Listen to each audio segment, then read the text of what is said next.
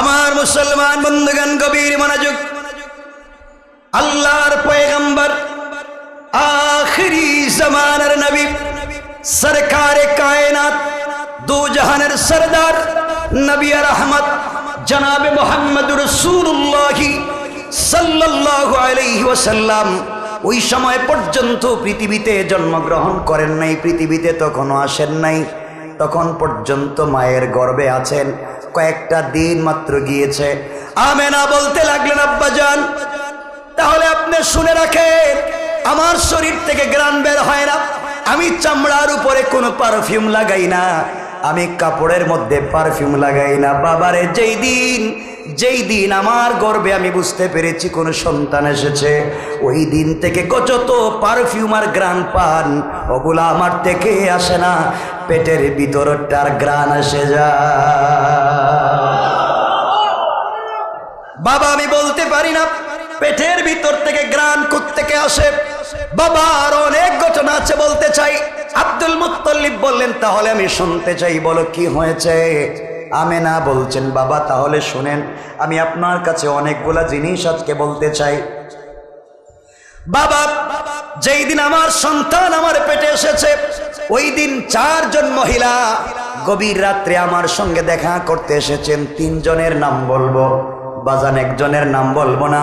ওই 3 জন মহিলা গভীর রাত্রে আমাকে এসে ঘুম থেকে উঠায়া তারা তাদের পরিচয় দিলেন, আমার কপালে চুম্বন করলেন, আমার গলায় মালা পরাইয়া দিলেন, আর বললেন, শোনো তোমাকে বলে রাখি, যার জন্যে আজকে আমরা এতদিন থেকে কষ্ট পাচ্ছি তিনি তোমার পেটে চলে এসেছেন, জান্নাতে তিনি আমাদের স্বামী হয়ে যাবেন। পড়েন সুবহানাল্লাহ।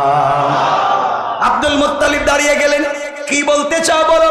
হযরতে আমেনা বলছেন, বাবা তাহলে শুনেন, যিনি আমার সঙ্গে দেখা করতে এসেছিলেন একজন হলেন ঈসা আলাইহিস সালামের মা হযরতে মারিয়াম। আল্লাহু আকবার বললেন না বাজান। 2 নম্বরে যিনি এসেছে তিনি হযরতে মুসা আলাইহিস সালামের বোন কুলসুম আমার সঙ্গে দেখা করতে এসেছেন। 3 নম্বর যিনি আমার সঙ্গে দেখা করতে এসেছেন তিনি হলেন ফেরাউনের স্ত্রী আসিয়া। তারা 3 জন এসে বললেন তারা নাকি আমার সতীন হবে জান্নাতে, তারা নাকি আমার বাচ্চা যে জন্ম নিচ্ছে আমার বাচ্চার স্ত্রী তারা হবে। তারা আমাকে বলে গেল, আমার গলায় মালা পরাইয়া দিল, এই কথাগুলা বলে আমার কপালে চুম্বন করে চলে গেল। বাজান তারা যেদিন এসেছে যেদিন চলে গিয়েছে, ওই যে কয়েকটা মুহূর্ত গভীর রাত্র আমার সঙ্গে ছিল, আজ পর্যন্ত তাদের চেহারা, তাদের সৌন্দর্য, তাদের সুঘ্রাণ আমি নাক থেকে বলতে পারি না।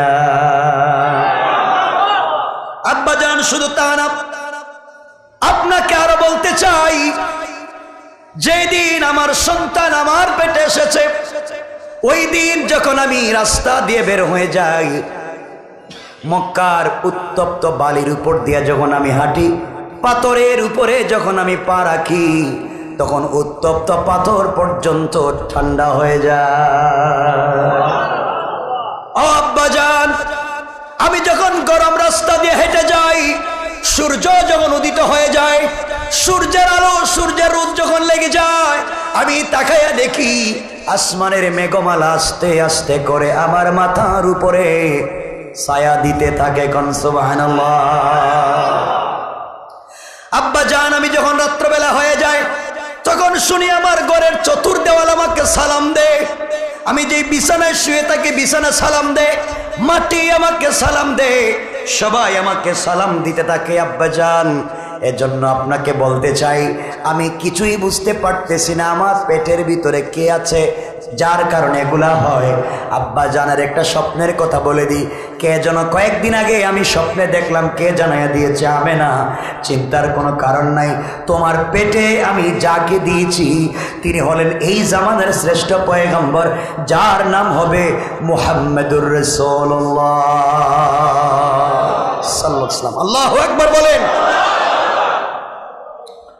আমার বন্ধুগণ কথাগুলো বুঝেন, এই ছোট্ট ছোট্ট কথা বুঝলে সামনের কথাগুলো বুঝবেন।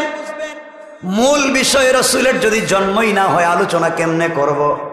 আগে তো জন্ম পর্যন্ত নিয়ে যেতে হবে, এরপরে না তার চরিত্রের কথা বলতে হবে, ঠিক নেই?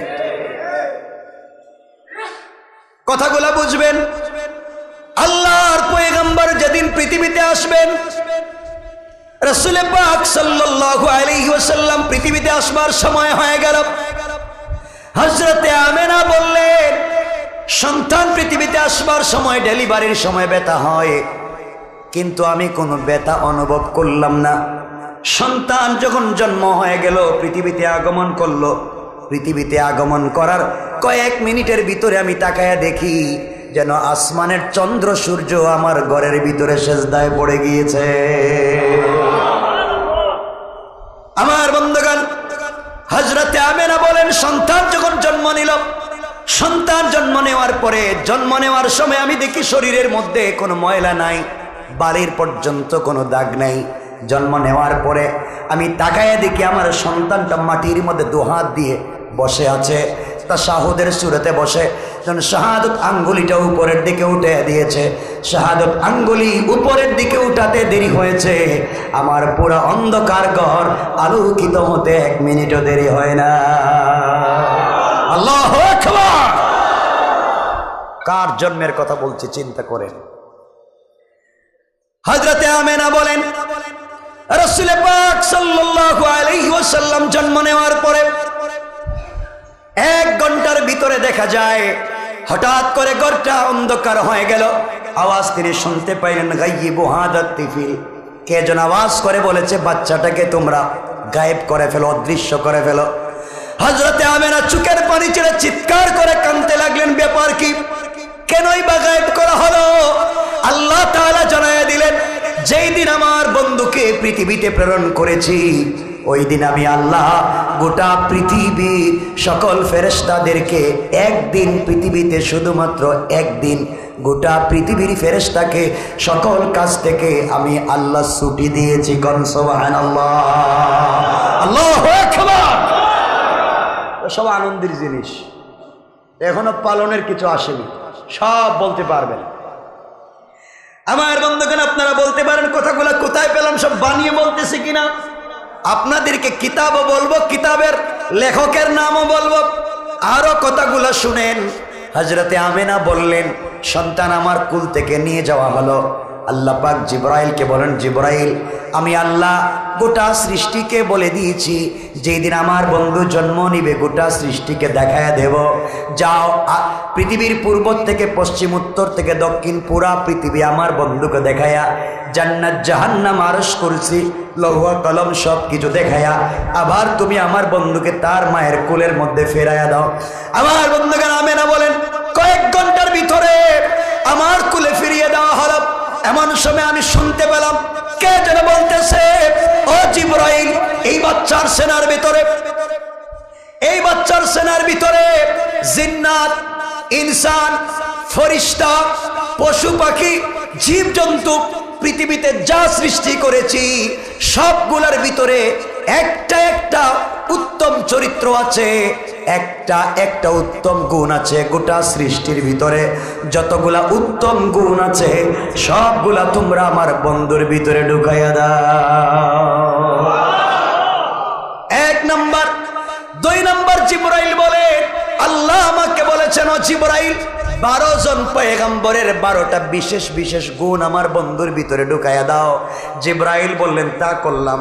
এরপর আল্লাহ বললেন, ও জিবরাইল, আদম আলাইহিস সালাম থেকে নিয়ে ঈসা পয়গম্বর পর্যন্ত যত পয়গম্বরদেরকে পৃথিবীতে প্রেরণ করেছি, সকল পয়গম্বরদের যত গুণ আছে সবগুলা গুণ এক জায়গায় জমা করে ওই গুণের ভিতরে আমার বন্ধুকে তোমরা ডুবাইয়া দাও। কোন সুবহানাল্লাহ, আল্লাহু আকবার বলেন।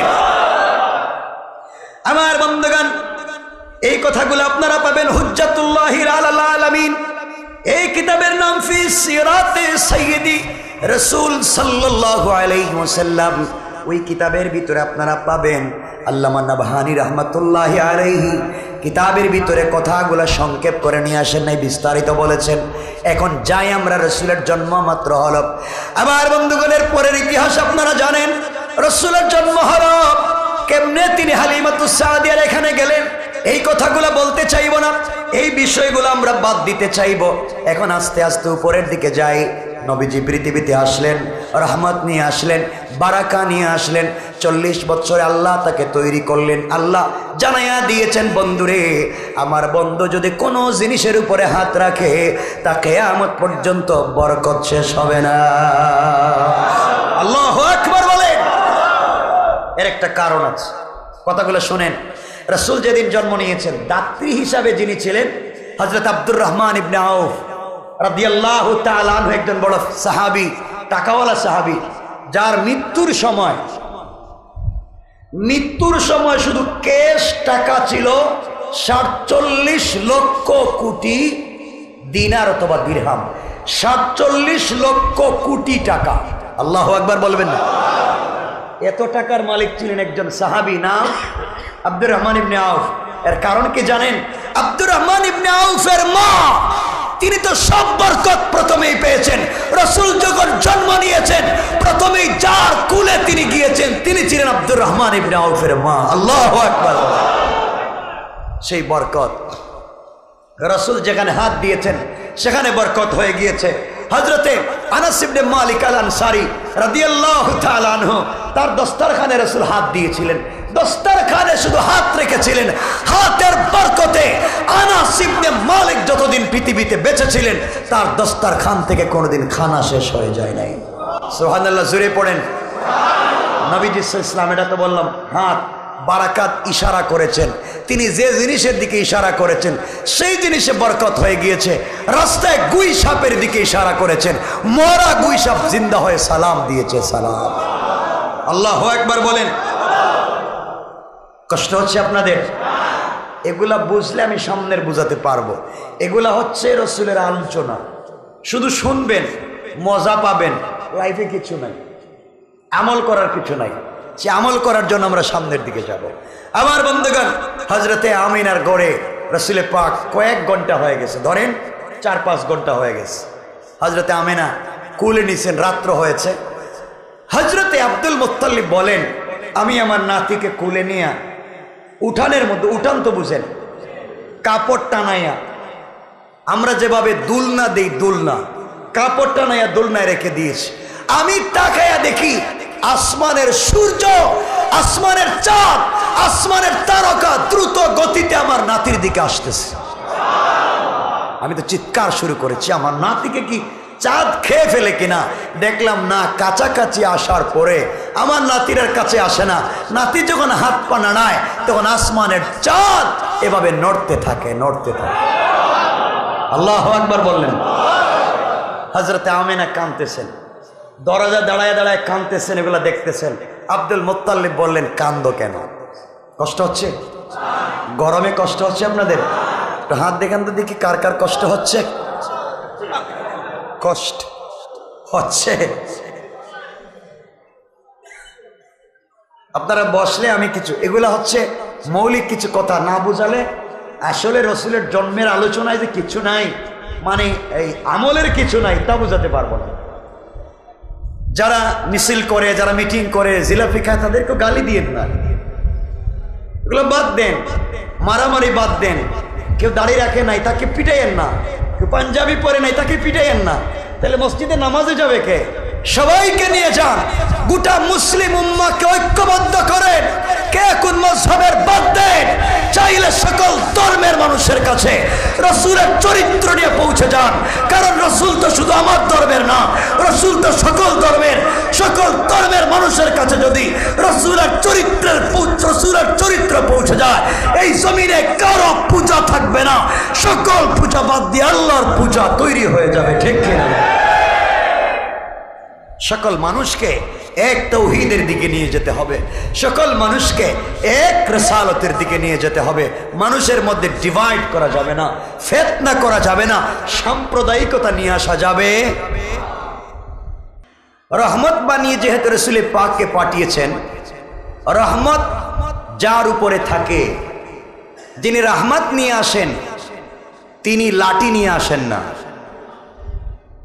তিনি গরম মিজাজের হতে পারেন না। তার ভিতরে দল, গ্রুপ, সমাজ, সাম্প্রদায়িকতা, মাসলাক এগুলো থাকতে পারে না। আল্লাহ পাক তাকে কোনো দেশের জন্য রহমত বানান নাই, কোন এলাকার জন্য বানান নাই, বলছেন রহমাতাল লিল আলামিন, গোটা আলমের জন্য রহমত। তা যদি সত্য হয় তাহলে রাসূল বাংলাদেশের জন্য রহমত, ইসরায়েলের জন্য রহমত, নবীজি সৌদি আরবের জন্য রহমত, নবীজি প্যালেস্টাইনের জন্য রহমত, নবীজি আমেরিকার জন্য রহমত, ঠিক না? আচ্ছা, নবীজি যদি সকলের জন্য রহমত হন তাহলে সেই রাসূল মুসলমানদের জন্য রহমত, হিন্দু বৌদ্ধ ইহুদি খ্রিস্টান উপজাতি সকলের জন্য তিনি রহমত, না মিথ্যা? তা যদি সত্য হয় তিনি আমার জন্য রহমত, সকল ধর্মের মানুষের জন্য রহমত, সকল সৃষ্টির জন্য রহমত, জিন্নাত ইনসানের জন্য রহমত, পশু পাখির জন্য রহমত। তা যদি সত্য হয় তাহলে রাসূলের আদর্শ এমন হওয়া চাই, তার আচরণে, তার কথায়, তার চরিত্রে যেমন কোনো মানুষ কষ্ট পাবে না, যেমন কোনো ধর্মের মানুষ কষ্ট পাবে না, কোনো সৃষ্টিজীবও কষ্ট পাবে না, জিন্নাতও না, ইনসানও না, পশু পাখিও না, জানোয়ারও না, কিছুই না। তিনি মানুষের জন্য যতটুকুন রহমত হবেন, সকল সৃষ্টির জন্য ততটুকুন রহমত হবেন। তাই যদি সত্য হয় তাহলে রাসূল আমারও যতটুকুন, সকল ধর্মের মানুষের ততটুকুন, সকল সৃষ্টির জন্য ততটুকুন। এটা যদি সত্য হয় তাহলে রাসূলকে নিয়ে আজকের পর থেকে মারামারি বন্ধ করা লাগবে, আর মারামারি করা যাবে না, মাসলাক বাদ দেওয়া লাগবে। রাসূলের ব্যাপারে কোনো মাসলাক নাই, রাসূলের ব্যাপারে কোনো মানহাজ নাই। রাসূল যেমন শাফি মযহবের, রাসূল তেমন হানাফি মযহবের, রাসূল মালিকি মযহবের, রাসূল হাম্বলি মযহবের, রাসূল আহলে হাদিসেরও, রাসূল লামাযহাবিদেরও, রাসূল শিয়াদেরও, রাসূল আহলে সুন্নাত ওয়াল জামাতেরও, রাসূল ওয়াহাবিদেরও, রাসূল খারিজিদেরও, রাসূল সুন্নিদেরও, রাসূল হিন্দুদেরও, রাসূল সকলেরও। রাসূল যদি সকলের হয়, রাসূলের আদর্শ সকলের হবে। সুতরাং আমার এক আদর্শ, তোমার এক আদর্শ, তুমি তোমার আদর্শকে রাসূলের চরিত্র বলো, আমি আমার আদর্শকে রাসূলের চরিত্র বলি, তার নাম আদর্শ নয়। আমার আর তোমার আদর্শকে, আমার আর তোমার চরিত্রকে রাসূলের আদর্শের কষ্টি পাথরে ফেলে দেব। তা যদি দেখি রাসূলের আদর্শ, সাহাবায়ে কেরামের আদর্শ আমার আদর্শের মতো, তাহলে আমার আদর্শ ঠিক আছে। গোটা দুনিয়ার মানুষ যদি বলে আমার আদর্শ ঠিক আছে, সাহাবায়ে কেরামের আদর্শের মতো হয় না, রাসূলের আদর্শের মতো হয় না, আমি কাবা ঘরের ইমাম হলেও আমি দাজ্জাল। কারণ আমার আদর্শ কেবলমাত্র শুধুমাত্র রাসূল পাক সাল্লাল্লাহু আলাইহি ওয়াসাল্লামের মতো হতেই হবে। কথা বুঝবেন? যেহেতু ভাই বলেছেন কথা বলার জন্য এই ব্যাপারে, যেহেতু রবিউল আউয়াল, মনে রাখবেন অনেক কথা, কিন্তু সময় খুব বেশি না। রাসূল ইসলাম রবিউল আউয়ালে জন্ম নিয়েছেন, খুব ভালো করে বুঝবেন, প্রয়োজনে কাগজে লিখে রাখবেন। আপনারা চাইলে আমাকে প্রশ্ন করতে পারবেন না বুঝলে। রাসূল পাক আজ থেকে 1450 বছর পূর্বে যে কোনো এক রবিউল আউয়ালে এই পৃথিবীতে আগমন করেছেন, এই পৃথিবীতে আগমন করেছেন। যে কোনো এক রবিউল আউয়ালে তিনি এসেছেন। রবিউল আউয়ালে আসবার পরে কত তারিখ তার জন্ম নিয়েছে, ঐতিহাসিক তত্ত্বে একাধিক তত্ত্ব পাওয়া যায়। কেউ 8 তারিখ, কেউ 9 তারিখ, কেউ 10 তারিখ, কেউ 11 তারিখ, কেউ 12 তারিখ, কেউ 18 তারিখ, অনেকগুলা তারিখের কথা বলেছেন। রাসূল এই তারিখে জন্ম নিতে পারেন। অধিকাংশ ঐতিহাসিকবিদ বলেছেন রাসূল পাক 12 রবিউল আউয়াল জন্ম নিয়েছেন, কিন্তু সেই মতটাও ঐক্যমত না। কিন্তু এই দিন যে রাসূল পৃথিবী থেকে বিদায় নিয়েছেন, এই ব্যাপারে সৃষ্টির কারো কোনো দ্বিমত নাই। কথা বুঝবেন? রাসূল সাল্লাল্লাহু আলাইহি ওয়াসাল্লাম যেদিন জন্ম নিয়েছেন, তার জন্মে যদি কেউ আনন্দিত না হয়, কথা আবারও বলছি, রাসূল পাক যেদিন জন্ম নিয়েছেন, সেই জন্ম নেওয়ার কারণে, রাসূল পাকের আবির্ভাবের কারণে কেউ যদি খুশি না হয়, কেউ যদি আনন্দিত না হয়, সে মুসলিম নয়, সে কাফের। এটা তো বুঝছেন, সবাই একমত, সবাই খুশি। যারা মিছিল দেয় তারাও খুশি, যারা মিছিল দেয় না তারাও খুশি। কারণ রসুল পাকের জন্মে যারা খুশি হবে না তারা এই পৃথিবীর কোনো আদম সন্তানই না। এক নম্বর, রসুল পাকের জন্মে সবাই খুশি, আমিও খুশি, আপনিও খুশি, কারণ তিনি রহমত নিয়ে এসেছেন। কথা বুঝবেন? কিন্তু রসুলের জন্মের ব্যাপারগুলাকে আলোচনা করা যায়।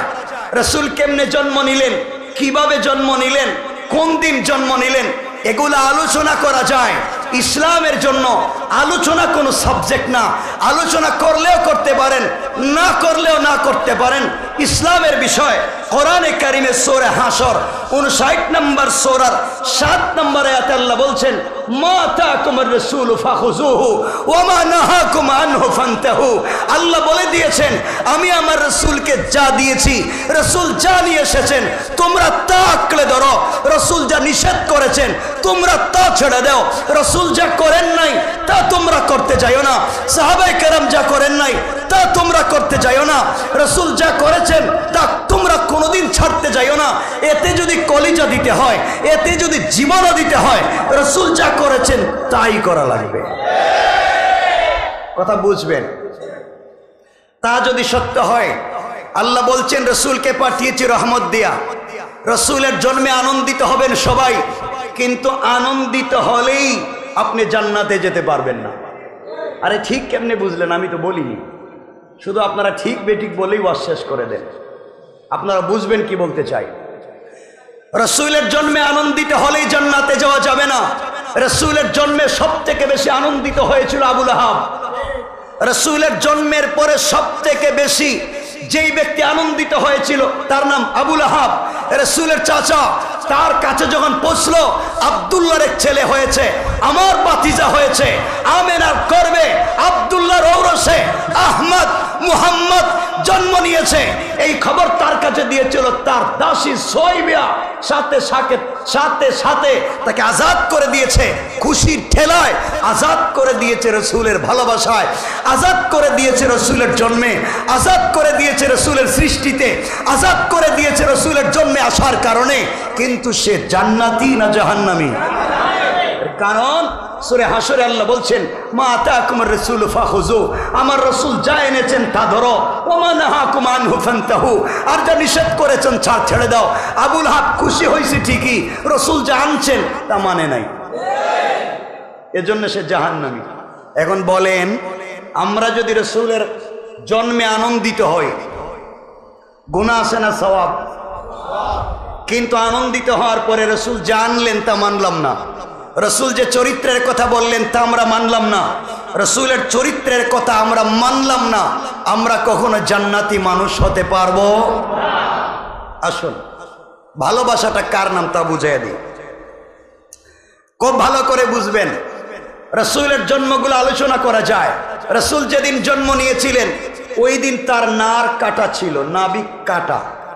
নাবি আপনাদের কাটা ছিল? বলেন, এই কথাটা আলোচনা করলাম, পালন করতে পারবেন? আপনার ছেলের জন্য, আপনার মেয়ের জন্য আলোচনা করা যায়। রসুল যেদিন জন্ম নিয়েছেন ওদিনের অনেকগুলা ব্যাপার আছে। তাহলে শোনেন, রসুল পাক সাল্লাল্লাহু আলাইহি ওয়াসাল্লামের জন্মের সবগুলা ব্যাপার আলোচনা করা যায়, পালনের কোনো সুযোগ নাই। পালন তো করতেই পারবেন না, পালনের বিষয় হচ্ছে আল্লাহর হুকুম। আল্লাহ যা হুকুম করেছেন তাই পালন করবো রসুলের তরিকায়। এখন আল্লাহ যা হুকুম করেন নাই তা যদি আমার পীর সাহেব, আমার বাবা, আমার খানকার দাদা পীর কেউ যদি বলে দেয়, আর যদি তা আল্লাহ এবং তার রসুলের মধ্যে না পাওয়া যায়, গোটা দুনিয়া বললে আমরা মানতে পারি না। এতটুকুন ঠিক আছে তো? না দিন শেষে বলবেন আমার পীর সাহেব যা বলছেন তা? আচ্ছা, কথা ভালো করে বুঝেন। রসুল সাল্লাল্লাহু আলাইহি ওয়াসাল্লাম যখন জন্ম নিতে গেলেন মা আমেনার গর্ভে, রসুল যেদিন আসবেন আব্দুল্লাহ পৃথিবীতে নাই। শোনেন আমার নবীজি কেমন ছিলেন, জন্মের আগে তার অবস্থান কেমন ছিল। রসুল সাল্লাল্লাহু আলাইহি ওয়াসাল্লাম যেই দিন যেই সময়ে মা আমেনার গর্ভে এসেছিলেন, আসতে দেরি হয়েছে, আমেনার শরীর থেকে জান্নাতি মেশকে আম্বর বের হতে দেরি হয়। নবীজি আগমনের আগের কথাগুলো বলতেছি। পুরা বডি থেকে মেশকে আম্বরের গ্রান বের হচ্ছিল, গোটা মক্কায় বলা বলি হচ্ছিল। নারীরা বলতো, আরে আমেনার স্বামী মারা গিয়েছে, বিধবা একটা নারী, বিধবারা তো কোনোদিন আনন্দ উল্লাস করতে পারে না, বিধবারা তো কোনোদিন পারফিউম ব্যবহার করতে পারে না, তার স্বামীর তো সুখ পালন করবে, আর ওই মহিলা তার শরীর থেকে গ্রান বের হয়। গোটা মক্কার নারীদের কানে কানে পৌঁছে গেল। আব্দুল মুত্তালিব একদিন রাস্তায় বের হলেন, তিনিও শুনেন তার ছেলের বউ। কার ছেলের বউ? আব্দুল মুত্তালিবের ছেলের বউ, আব্দুল্লাহর স্ত্রী, তার নাকি শরীর থেকে গ্রান বের হয়, সে নাকি স্বামী মারা যাওয়ার পরে সুখ পালন করে না। এত বড় একটা বংশে, এত বড় একটা অভিজাত ফ্যামিলিতে এই মেয়েটা আসবার পরে স্বামী মারা গিয়েছে, স্বামী মারা যাওয়ার পরে ওই মেয়েটা সুখ পালন না করে আতর ইউজ করে, পারফিউম ইউজ করে। কিন্তু হায় আফসুস, আরবে তো অনেক পারফিউম আছে, জাজিরাতুল আরবে আমরা অনেক পারফিউম পাই, কিন্তু আমিনার শরীর থেকে যে পারফিউমের গ্রান বের হয় তা তো কোনো জায়গায় মিলে না। আল্লাহু আকবার বলেন। একদিন সুযোগ বুঝে আব্দুল মুত্তালিব বাসায় গিয়ে নিজের স্ত্রীকে বলছেন, শোনো, আর লোক লজ্জার ভয়ে রাস্তায় বের হতে পারবো না, রাস্তায় গেলেই মানুষ লজ্জা দেয়, আমার মেয়ের, আমার ছেলের বউ সে পারফিউম ইউজ করে রাস্তাঘাটে যায়, মানুষ আমাকে লজ্জা দেয়, তুমি তাকে কিছু বলো না কেন, তুমি তাকে বলো না কেন, কেন পারফিউম ইউজ করে? আব্দুল মুত্তালিবের স্ত্রী বলছেন, স্বামী, আমি অনেক দিন থেকে মনে হচ্ছে আপনাকে বলবো, কিন্তু বলতে পারি না, আমিও তো এই ব্যাপারটা বুঝতে পারতেছি না। পারফিউম ব্যবহার করলে তো আমি দেখতাম যখন আমেনা বাথরুম থেকে গোসল করে বের হয়, আমি যখন বাথরুমে ঢুকি তখন মনে হয় পুরো বাথরুমটাকে মেশকে আম্বর লাগাইয়া দিয়েছে।